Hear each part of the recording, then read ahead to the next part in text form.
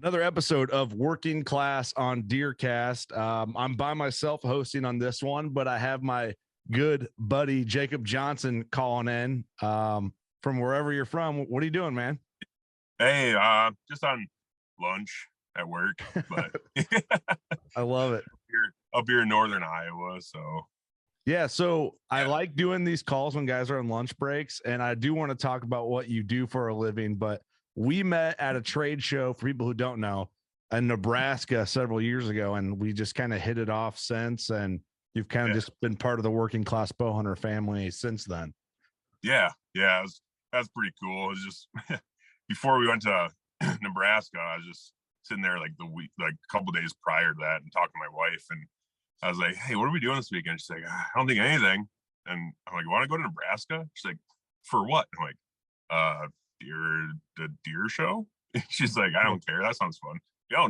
No kidding. So we went and saw you guys there, and I was wearing a working class hat, and one of you guys said, hey, nice hat. And I'm like, thanks. And I didn't want to be like, no, I just shoot over there. So I'm like, oh, play it cool, Jake. I'm like, thanks, man. Walk on by and then loop around. Like waving as you're walking away. Thanks, dude. We got like all the other booze to hit first, but we'll be back. Yeah, I'll see you. I'll come back if you're lucky. That type of thing. But man, I don't know. We all just hit it off. Like, you vibe well with our crew, and so you've been around a lot, which has been a ton of fun. And I know you're a newer bow hunter. You've been doing it for a few years. But there's something cool that you were a part of that I want to talk about. But since you're at work, let's talk about what you do for a living, since it's Working Class on DeerCast. So I work at the local municipality here in Osage, and I don't know, I install internet and phones and troubleshoot internet and phones and do that kind of stuff now. So I was working on wind turbines before, and I just got this job when the contract ran up at my wind site, and I didn't really want to be working in wind anyways. So so back at home, get to spend some more time with the family and everything. So it's working out great. Very cool. Very cool. That's awesome, man. I know I was always interested in that other, like, working on the wind turbines is cool, but you're also, we've talked about this. You're a veteran. Thank you for your service. And I wanted to bring it up because I knew you weren't going to be a guy to just bring it up. So. Well, I appreciate the support, man. Like, you guys putting out the veteran shout out and stuff. That's pretty cool. So appreciate the support, and I know the veteran community and everyone that listens really appreciates it as well. So, well, that's good to hear, because I don't feel like it's much, but it's just something that we do with the show, but it's something small. A lot of veterans don't like to, like you said, I don't know, some do, but a lot don't. Just like to, hey, I did it, I just want to meld back into society here. But it's not, it's cool, just a small little thing. It's nice that you guys do that. So yeah, it's fun too. Like, it's a reason for us to interact with more people also on that end. So something we do on the regular WCB series.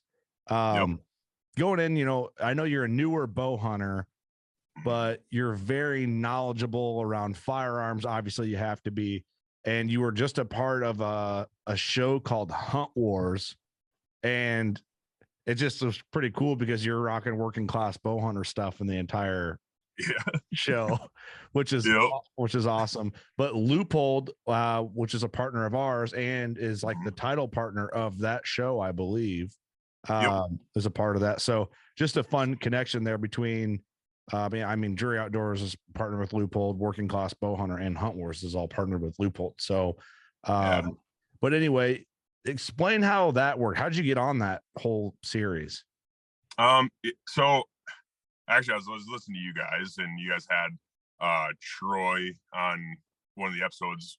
I can't remember what episode it was, but I was listening to the Hunt Warz episode you guys had, and I listened to it, and they were talking about, because I think they just got done with season 1 or something, and they're talking about the odds and everything. And I was thinking about it, and went back home and talked to my wife, and we were talking about it, and like, hey, brought it up, like, heard about this on the Working Class podcast, and it seemed like a pretty cool deal, and the odds seemed a lot better than even buying preference points in the States. Like, if you wanted to go hunt New Mexico for elk, then you probably have a better chance going through Hunt Warz than you do even through the state lottery. So I was thinking like, hey, that sounds pretty cool, $100, and put my application out there and see what happens. And I was talking to my wife about it, and she's like, yeah, we've spent $100 on dumber shit before, so might as well. So we did. Yeah. Put some stuff and go hunting. Okay. Yeah. So heard about it from you guys, then threw my name in the hat, and lo and behold, got drawn. So worked out. Yeah. Were you pretty surprised about that? Oh yeah, dude. It is wild. I remember they did the announcement, right? And we're like, yeah, but there could be like 1,000 Jacob Johnsons in there, right? That was like don't get too excited yet till you know for sure. Yeah, because we're watching the drawing at home, and I don't know, they drew our name, or drew my name, and after they drew it, my wife and my daughter, they just started freaking out. And I was sitting there like, oh my God, this is crazy. Yeah. And then I started thinking about it logically. I'm like, well, there's a lot. My name's pretty common. Jacob Johnson's a pretty common name. Yeah. So it could be someone else. Don't get your hopes up too high. Yeah. John Smith. Everyone's looked like. Yeah. Yeah. Oh, sick. Out of a million, there's a lot of you are. So. Right. I get it. Yeah. I mean, I probably would have been hesitant too a little bit, Yeah. But you just, but you won. You actually did win. Yeah. Yeah. Then they reached out on Instagram, and I was like, okay, cool. It is me then. Then I started getting really excited. Started getting, I don't know. Yeah, it was crazy how it all worked out and everything else. Because that's the thing with Hunt Warz, the application, it's like it's $100, but they don't limit you. Like if you have 10 grand to drop for application fees and into the show, then you can buy as many. You can put your name in the hat as many times as you want. There's no limit. And actually, like just this season, just after the second season, they started doing it's like a loyalty program. So if you apply 1 year, don't get drawn, then that carries over the next year. So it's going to get like a point as the years system. Yeah, almost like a point system. Yeah, like a Hunt Warz point system. So as the years go on, it's like there could be dudes with their name in the hat 5-10 times. That's pretty cool. That's cool. They do that. Yeah, it's pretty neat. Fun fact: there's maybe been 3 podcasts in the history of all the ones we've done. Watch, I'll jinx this podcast, and that's what'll happen. That we've lost. And the last one we recorded with those guys at Club 200 at Ross's, I had an SD card malfunction on our recorder, and it completely lost. And it was I felt really good about the episode too. Yeah. I was pretty upset about it, but they're great people. So that's good. You get drawn, you get to go on this hunt, which is like a competition. And I guess just break some of it down because you've been bow hunting for 3 years, you said? Yeah, been bow hunting for 3 years, going on my 4th year. So basically, have you gun hunted before that? Yeah. So I grew up shotgun hunting in Iowa, like a lot of guys do, just going out with the old man and some other guys and push through some woods and see what runs out. So I grew up doing that. I actually shot a pretty nice buck my last year before I joined the service and took off. But so grew up shotgun hunting in Iowa, joined the Army, and didn't really hunt at all. And honestly, went out in the Army. It sucks looking back on it, but I've been in some cool places. I was stationed in Colorado and El Paso, and there's hunting opportunities in both places. Obviously, Colorado is huge, but with the scheduling and the Army and everything else going on in the field for a month at a time and deployments and everything else, it's like that just kind of took a back burner. And then I always said when I got out of the Army, I'd start hunting again. And my buddy Matt Moon, he actually he's my hunting buddy since we were kids, and he started bow hunting when I was gone. He's like, dude, when you get back, you need to start bow hunting. And I always said, this is gonna be kind of funny, I guess, now because I'm really into bow hunting, but I always grew up with the notion that bow hunting is for anti-gun hunters. Okay, yeah, a little strong, but it's kind of one of those things I was like, oh yeah, those are for like the hippie gun haters, like the gun hating hunters for that community. My buddy's like, dude, that's not even true at all. Like, okay, whatever. And I grew up obviously and learned that's not the case, but anyways, he talked kind of a hilarious mindset though. Like, I don't know, I get it, but it's kind of funny. You need to break it down. Yeah, it's not even close to being true at all whatsoever. But and most bow hunters hunt with a gun. They hunt both. Yeah, just my ignorant ass thinking that, I guess. I love it though. That's hilarious. Yeah.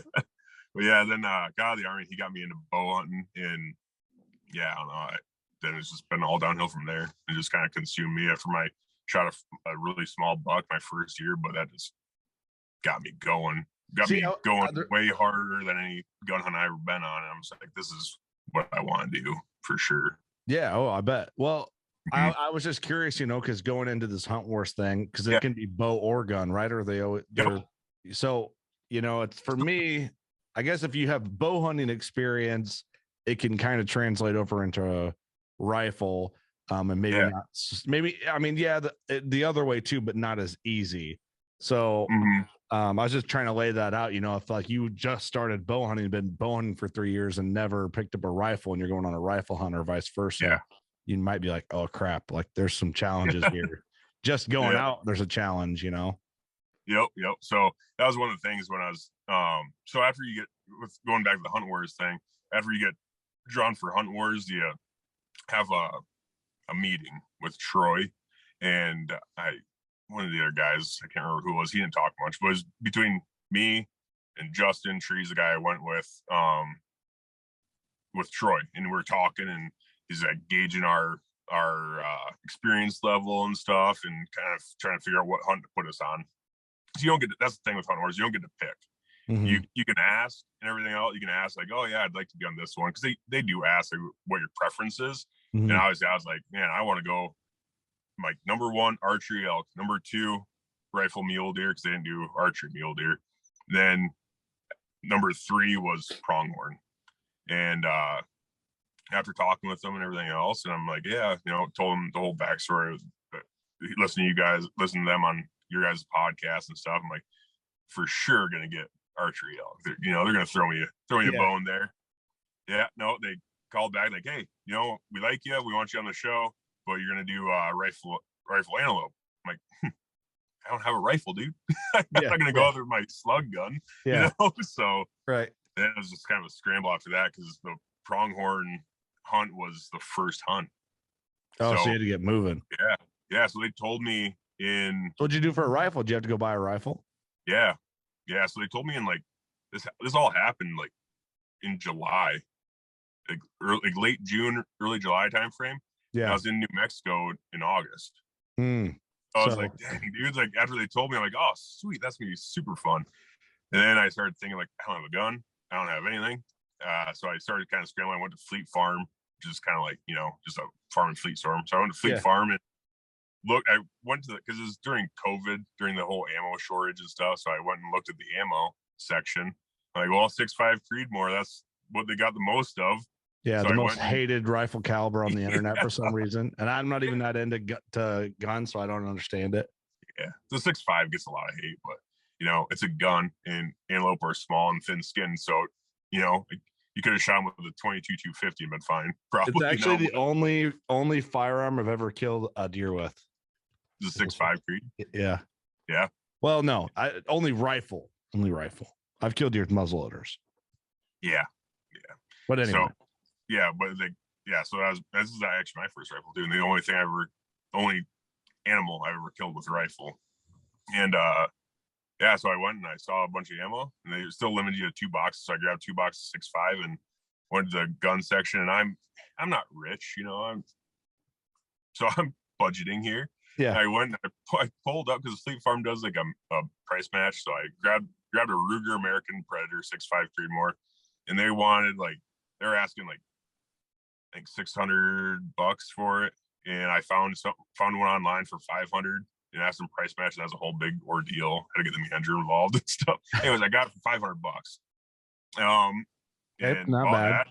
Yeah, and I didn't have an optic or anything, so I had to wait for it.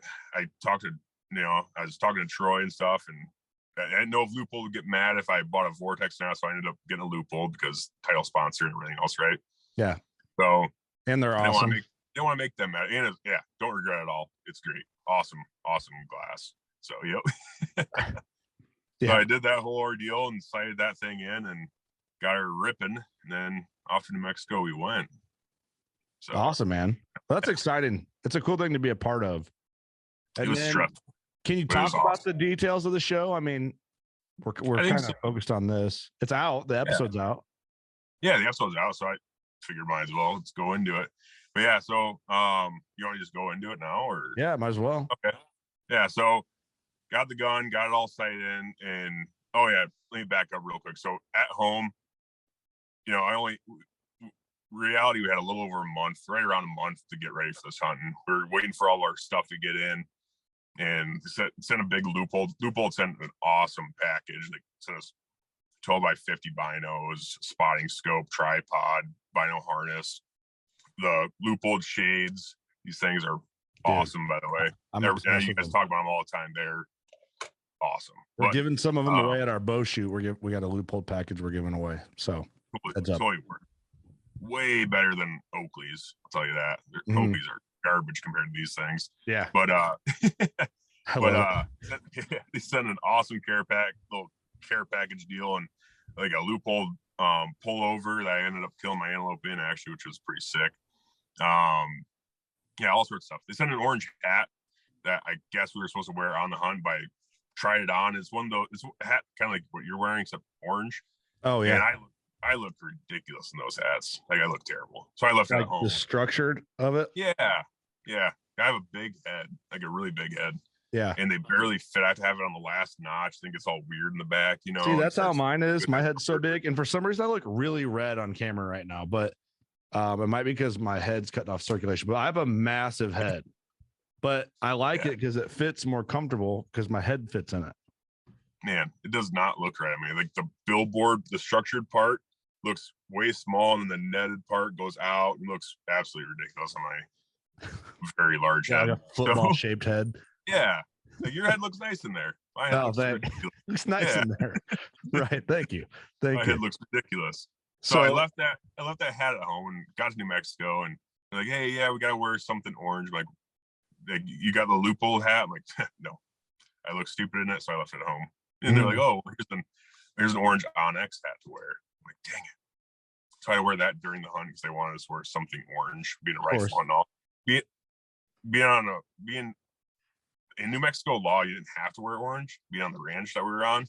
But, you know, safety reasons, there's another team of hunters there who wanted to have something orange to have on, right? So I was smart to do that. But yeah, so loophole sent an awesome package, got that all dialed in, got as used as we could to using them, then loaded up and headed down to New Mexico and drove all through the night, got there the next day. Long drive, but yeah, me and Justin, we tore through it and got there. We were very sleep deprived when we got there, so like when you watch the show, because I'm assuming everyone listening is going to watch the show, but when you watch the show, when you're doing the little interview, when we're sitting down and talking, I said some dumb things, I guess. I was so tired. Like, we were running on maybe 2 to 3 hours of sleep. Yeah, both of us throughout the night. You're just delirious. Yeah, it was ruthless. Like, some of the things that they showed in there, I'm like, I don't even remember saying some of that stuff. But really, yeah, I have not watched the episode, but I like doing this, and then I can watch it so that I have like the director's cut a little bit. Yeah, it's cool. And but yeah, we got down there, and they didn't expect us to be there that early either, because when we rolled in, they were all jumping around. I saw dudes running around everywhere, like grabbing camera equipment. I'm like, oh man, all right, this is it. Pulled in, stopped, there's a camera in your face, like talking. Like, I've never even met you guys before. This is kind of weird. Then they put the camera down. We started talking, got to know each other a little bit, and made it less awkward being on camera. Once you know the guy behind it, it's a lot easier to be on camera. You know, it just feels like you're talking to him rather than talking to the camera. For sure. But, yeah, I got there and got all set up and everything else. And we got there a day early. So we couldn't get out and do anything really, because the next day was scouting day. Mm-hmm.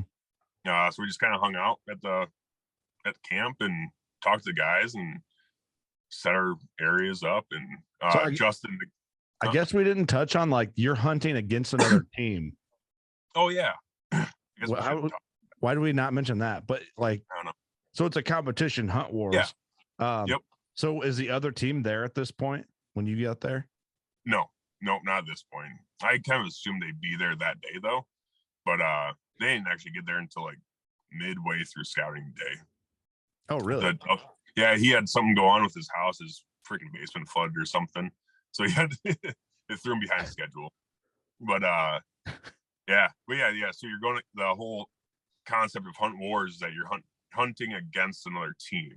Mm-hmm. And some people, like, I've heard this, since being on the show and stuff, and in the comment section on social media and whatnot, like people are like, "Oh, hunting in competition, that's ridiculous. Like, you shouldn't be hunting should never be a competition, yada yada yada." But it's not like reality. It's not like reality TV, like Jersey Shore. We're not sitting there like getting weird and fighting each other. It's not like, yes, where it's a competition, but who doesn't have a competition like between friends when you're out there hunting? Like, yeah, I've never, my whole time growing up, me and Matt, my buddy Matt, that I mentioned previously, we'd always have a competition, whether we're duck hunting, goose hunting, like, oh, who got the most ducks, who got the most geese, or this, that, and the other. It's always a competition, but it's a healthy competition, and it brings the best out in you, when you're competing. Yeah. And I'm just like a naturally competitive person, I guess, too. But when you're competing, it just brings the best out of you. For sure. So it makes you more prepared, helps everything. I don't know. It's cool. I think it's a really cool concept, and it's done right. It's not done poorly. Like, the way they do it is on play, because there's going to be a hunting show that's a competition. It's going to be like, they're doing it right. So, yeah. Plus, you're trying to kill a bigger animal, a more mature animal anyway. Yeah. So it's actually it's better from a management standpoint is concerned, or I guess a viewer standpoint. It's like, well, the idea is to kill a bigger animal. I'm sure there's more that goes into it, but yeah, that's better than just shooting something to shoot something. Well, and that's the thing too. Like, right now, it's weird because there's so many people out there that are constantly just like I'm not hunting for antlers, I'm hunting for meat. It's like, that's great. The meat is awesome. Like, I ate the whole antelope. Justin and I'm obviously not selfish. I guess we split the antelope. I share with them. It's not much meat, but we got to eat it. We ate the whole thing. We didn't just cut the head off and leave the body there. We ate the whole thing. Everyone, I don't know a single hunter, whether they're hunting for inches or hunting for meat. Everyone eats the meat. Yeah. If you don't eat the meat, you're kind of an asshole if you don't eat the meat. But I you're agree. a huge one, actually. But everyone does. But the thing is, like, when you're hunting for, like, everyone wants it. I don't know. Kind of going off on a tangent now here a little bit. What you're saying, though. It's one of those things. Like, so many people out there that are just ridiculous. They're just ridiculous about it. And everyone knows it. Everyone sees them. Everyone knows who I'm talking about. Yeah. And everyone kind of needs to relax a little bit. I agree. Enjoy their life. Just you relax. Hunt, yeah. Don't like that. Just relax. Chill, dudes. It's not that bad. Yeah, you're right. You're 100% right, man. Life ain't that bad. But so let's talk about this hunt, man, because I know I love antelope hunting, and if people have never gone, a lot of people, like, antelope's not on people's radar. They don't think about it. It's not that of interest. I just think the animal is beautiful. The meat is delicious, and the type of hunting is super, super fun. And I don't know if you ever even, that was number 3 on your list for Hunt Warz, but I don't know how much you thought about antelope hunting before this opportunity, but it's a blast. Honestly, like, my list was that, like, I've gone elk hunting twice and didn't get one, so that's like number 1 on my list. Kind of, I really want to get an elk someday, and mule deer. Like, they're all on my list. Every animal that's huntable is on my list, but it's like one of those things. It was up there. It was top 5, but wasn't, it was top 3. Like, I really want to do this really cool deal, and you watch it on TV, and it's like, it's really cool. Like you said, the scenario, like the land that they roam is awesome because it's just so flat and desolate. And you just think, like, how am I ever going to get close to these things? They're going to see me from miles away, which they do. They got ridiculous eyesight. Yeah. So, but I don't know. After doing it, gave me a whole new appreciation on pronghorn hunting because I love everything about it. Yeah, I really do. The tags are generally easy to come by in most states. They're a lot easier than elk and mule deer to get. Yeah. So, and it's super, I don't know, it's just a really cool hunt for sure. It's just so different. Is what's cool about it. And the animal's unlike anything else, like in the Midwest. Unreal. Like I have people that see my little antelope mount I have, and I would say if you don't hunt, people think it's some sort of African animal. Yeah, for sure. This is so different than like what is that? Like speed goat. Where'd you go to get that thing? Yeah, Malaysia. Yeah, right. What? Yeah, nothing. But I was just curious, like how much you'd ever thought about it before going, because like the whole process of the hunt is a blast. Yeah, I thought about it, but I thought about it a lot more once I got drawn for that hunt. You know, after they drew me on that hunt, it's like if I wasn't shooting my rifle and getting that dialed in, I was watching videos and trying to figure out like the best way to go about this. Yeah, since I've never done it growing up in Iowa, you know, it's like just totally different. But then going into scouting day, I guess we hung out there, and then going into scouting day, we woke up and went out and started scouting, and we were out all day driving around. I think we saw like 23 like nice bucks out there just running around, and that wasn't even probably half of them. Is crazy, but there's a lot of antelope out there. And we were driving around, like towards the end, like we started in the southern part of the ranch and worked our way to the north, and I don't know, like we ended up in the northern part of it, and that's where we spotted like a really nice buck, and we're looking at him, and it's like, man, if he's out here tomorrow during hunt day, that's the one I want. Like after seeing all these bucks, like that's the one. And so we went back to camp, and by that time the other team was there, so we talked to them and got to know them a little bit and everything else. Talk shit and all that, you know. Yeah, they weren't much of that shit talking. They were very, very nice guys.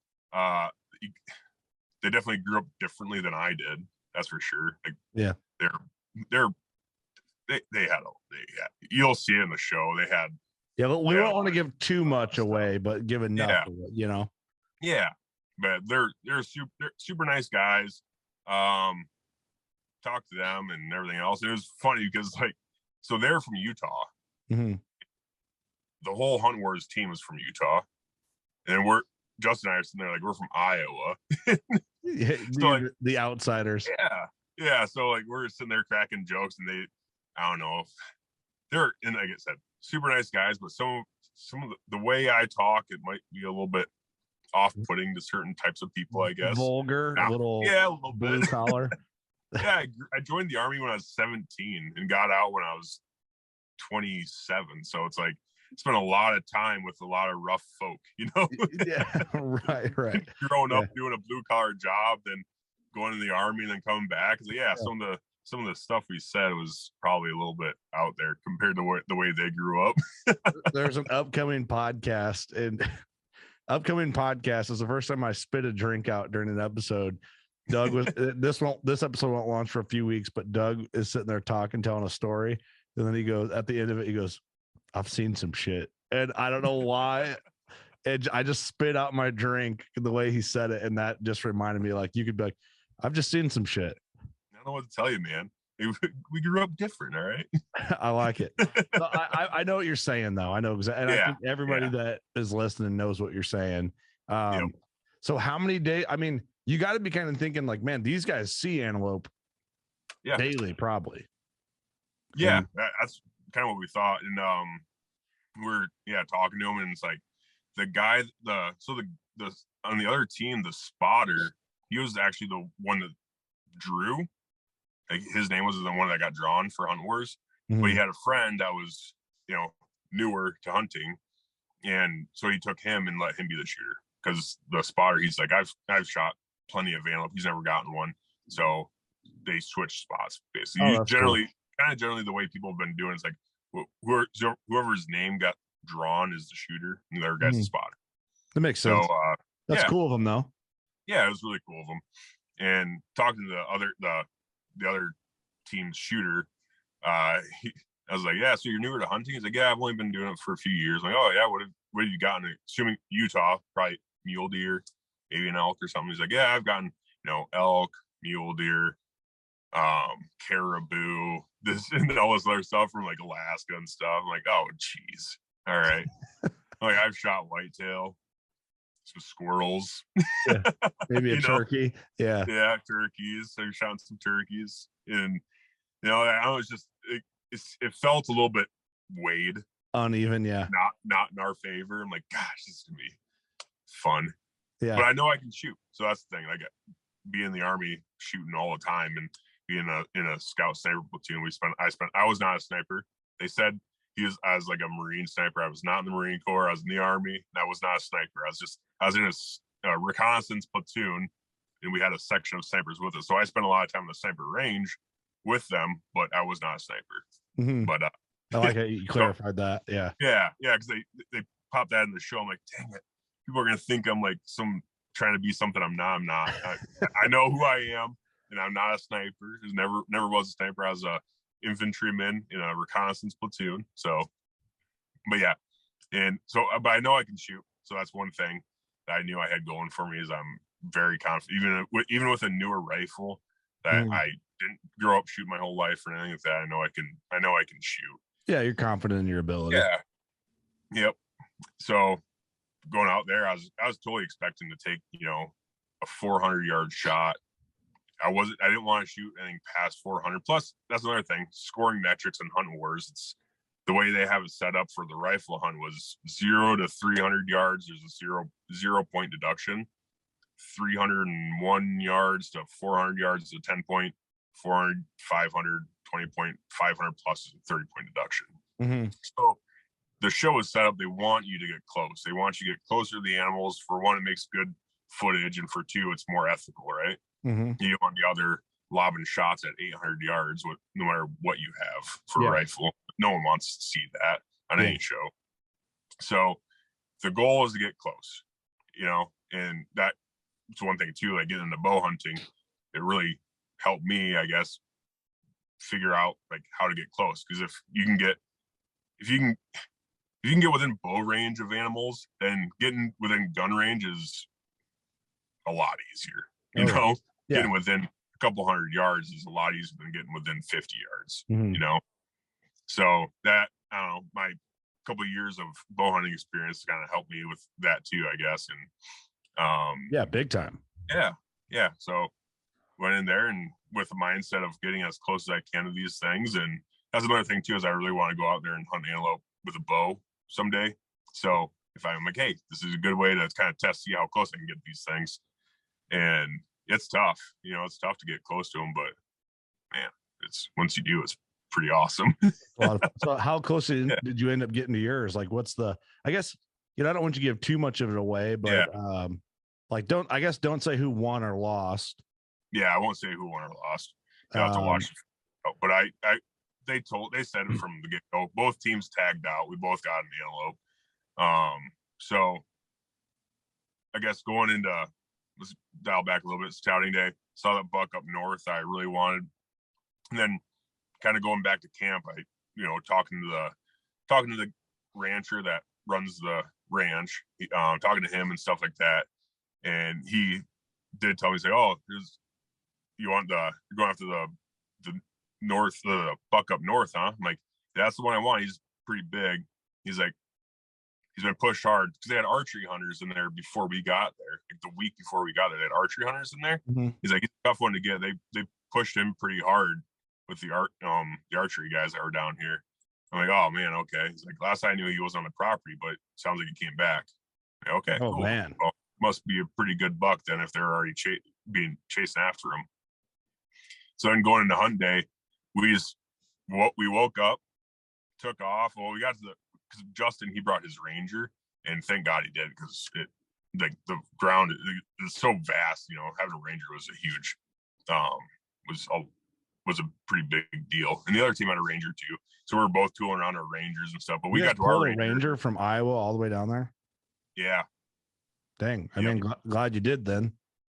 Yeah, no kidding. So that's what we're thinking too. We're like, is this even worth bringing? Because we can probably just drive around the truck and stuff. But man, there's so many washouts and stuff in New Mexico, and the bushes there, the mesquite bushes or whatever. Yeah, I don't know, hickory, but whatever they are. Yeah, mesquite bushes.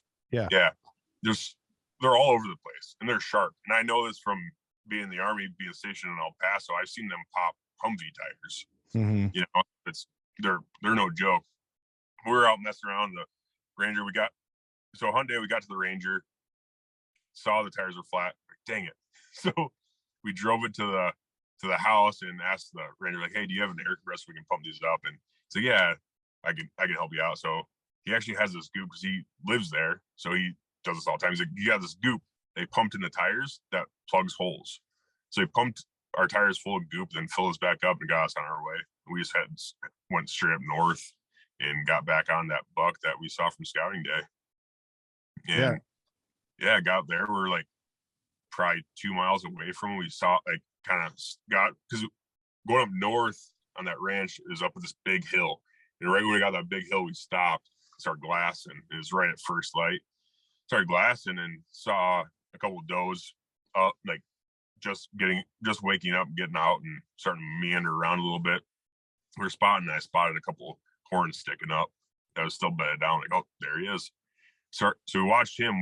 We had to have been 2+ miles away, you know, and seeing him. And that's another thing. Like, those loophole optics were freaking awesome out there. You need them. You have to have good glass. You have to have good glass out there in that flat terrain. They can see so well.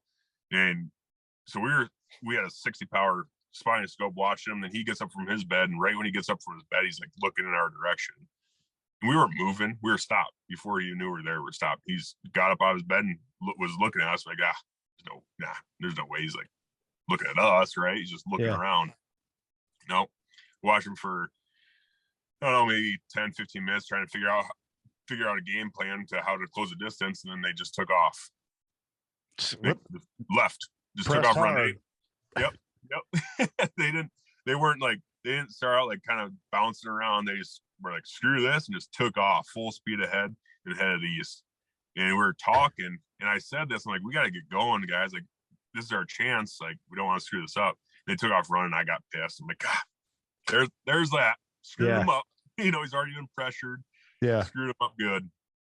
But now I know. Then we got up on, because even though it's so flat, there's so much, and it was a wet year there, so there's a lot of pretty tall grass. Yeah.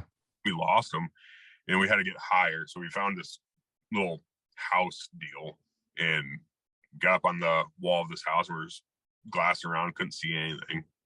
And I knew they headed east. So we decided that we're going to just drive east, just start going. And when you watch the episode, it'll show us on that wall, kind of glass around, and then it'll just kind of cut into me like laying the prone and then showing the stuff in the middle. But we're driving east and we're heading out and we're looking around. We passed over a cattle guard, and pretty much right after we got to this next pasture, we passed around this little drainage there, and around this big ass mesquite bush, there's, I don't know, 30 antelope, and he was the man of the herd out there. The same one. Yep. And we drove over there, and they're 30 yards off the road. I'm like, oh my God. So we kind of started slowing down. They took off running. Like, okay. We kind of just kept driving. They ran out in front of us and cut the road. So they didn't go further north, which would push them off the property. They actually went down south. So they are going deeper into the property. So like, cool, we can get back on them. And I knew on the other side there was a big ass cliff that just kind of dropped off. So I'm like, I know they're not just going to jump to their deaths over there. They're gonna either wild card. Yeah, right. Watch this. It's like, no. Yeah. So after we saw them cut back south, I knew that was there that would stop them. But we didn't know if they're going to turn, go cut back east, or if they're going to go back west where we came from. So after they cut across, we just slammed the brakes. I jumped out and laid down. The cameraman jumped out and he laid down. And I told Justin, like, dude, just go down the next road and stop and glass and just, you know, be there, I guess. And we'll see if we can get eyes on them.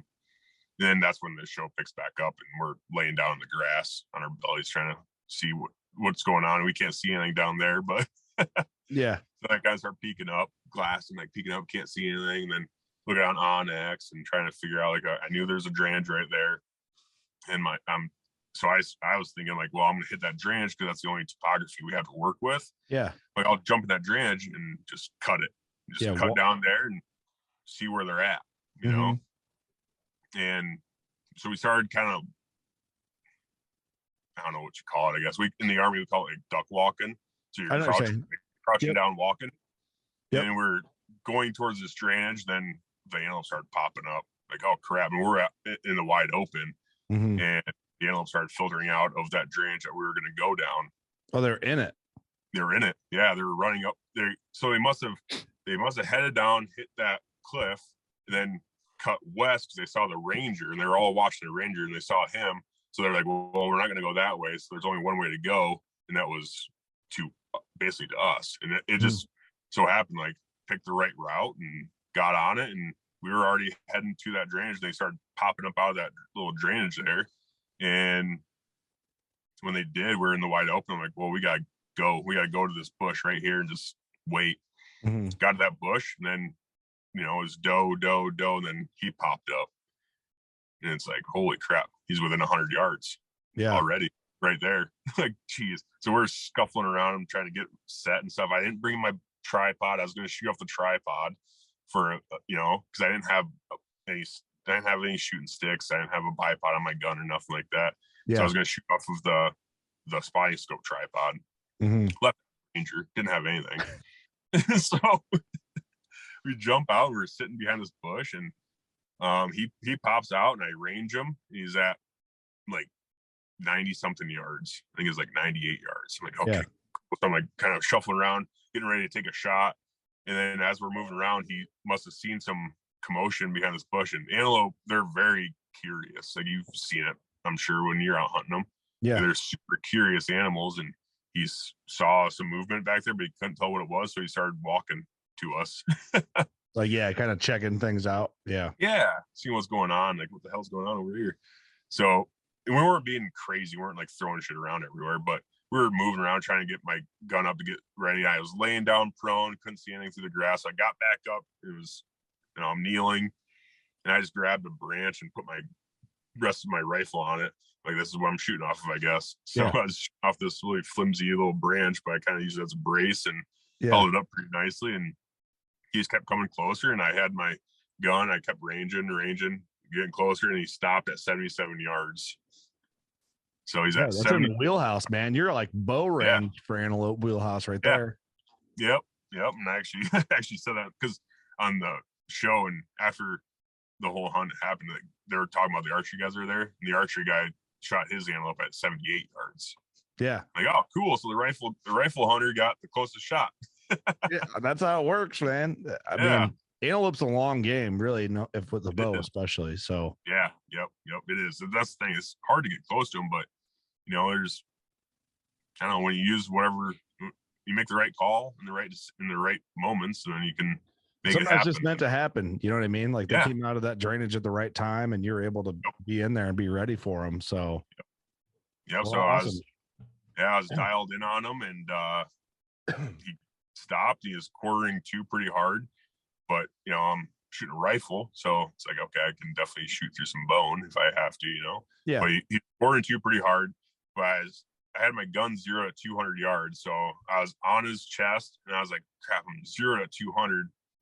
I don't want to, like, hit him in the face, and I don't want to miss. So I just dropped her down. I aimed right at the bottom of his chest and squeezed one off and dropped him. Beautiful. Yeah. Well, that's awesome. Exciting, man. So killed you. That's your first antelope ever. They're really cool animals, aren't they? Yeah. Oh, they're awesome. I love them. The first one I shot was smaller, and I shot it with a bow at 50 yards. And I'm like, I'm in love with them. Like, I would go every year if I had the time.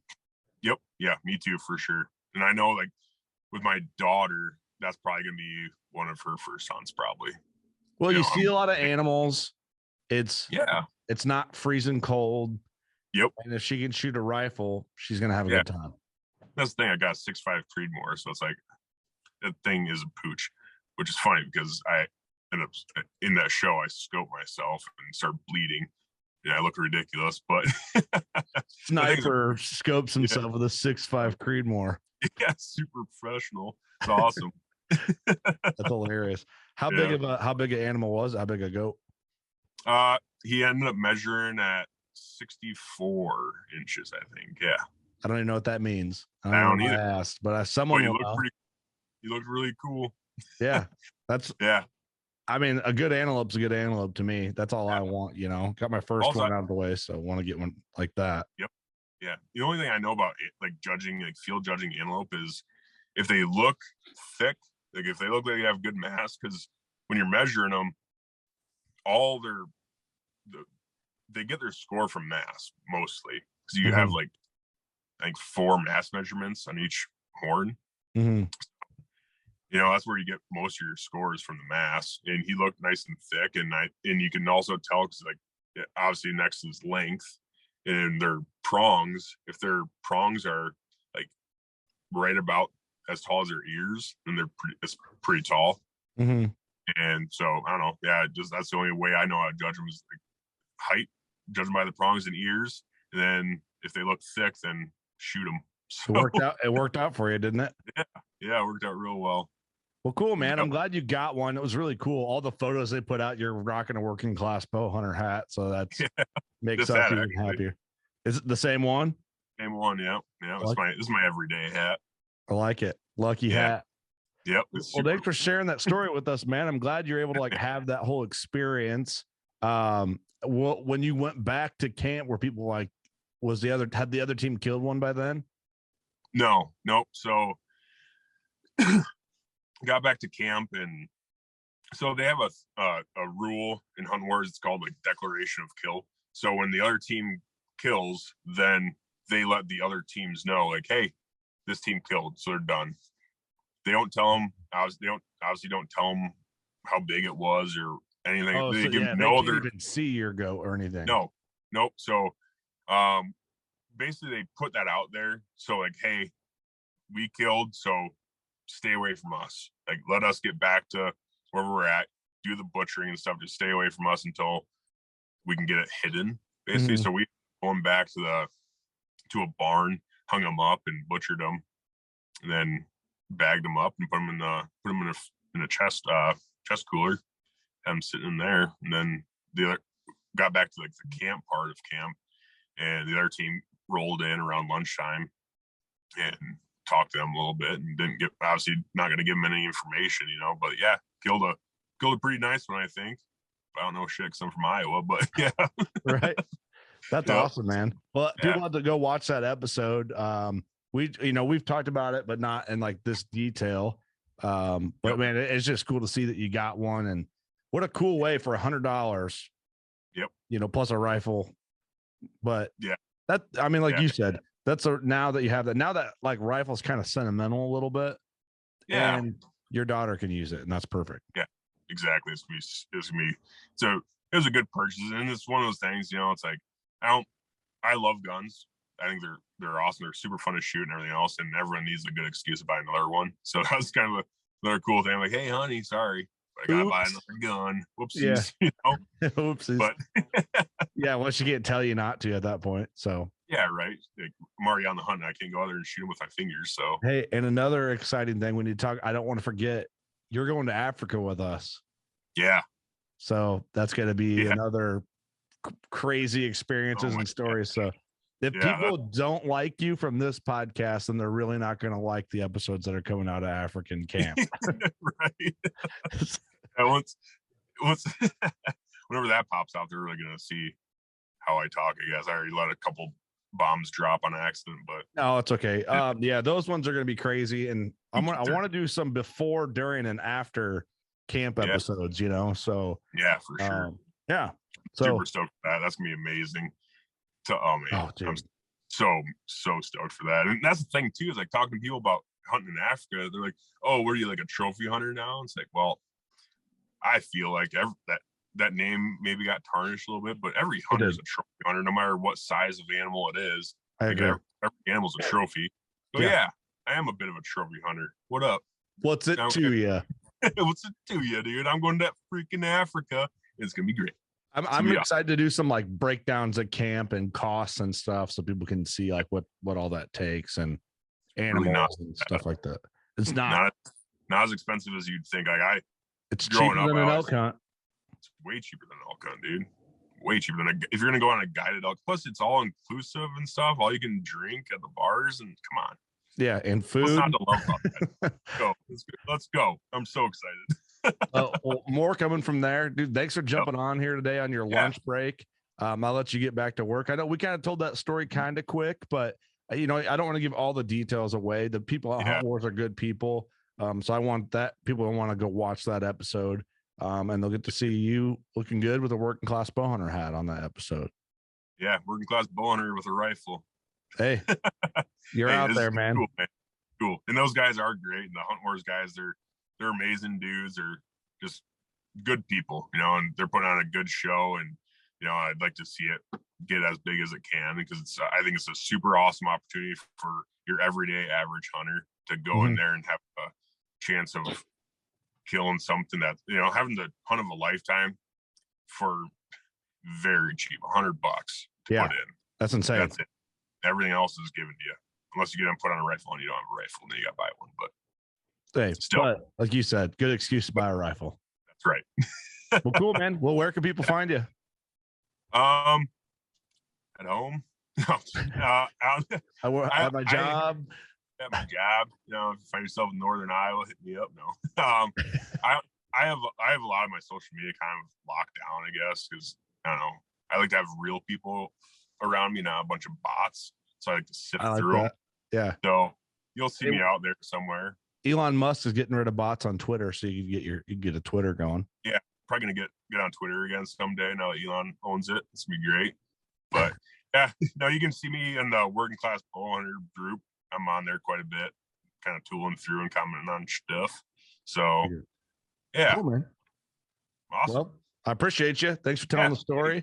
Yep. Thanks for having me on, man. I really appreciate it. This is a lot of fun. Yeah. This was like the Jacob Johnson teaser episode to the many Working Class Bowhunter ones that will probably be coming out of this upcoming trip late this summer. So, if you enjoyed this story and what we could tap into, check out his Hunt Warz episode. There'll be a lot more, I guess, blue collar military style talk coming out of Jacob here on the Working Class Bowhunter platform. So I guess we'll close her down there, man. Thanks everyone for watching, listening to Jacob's story.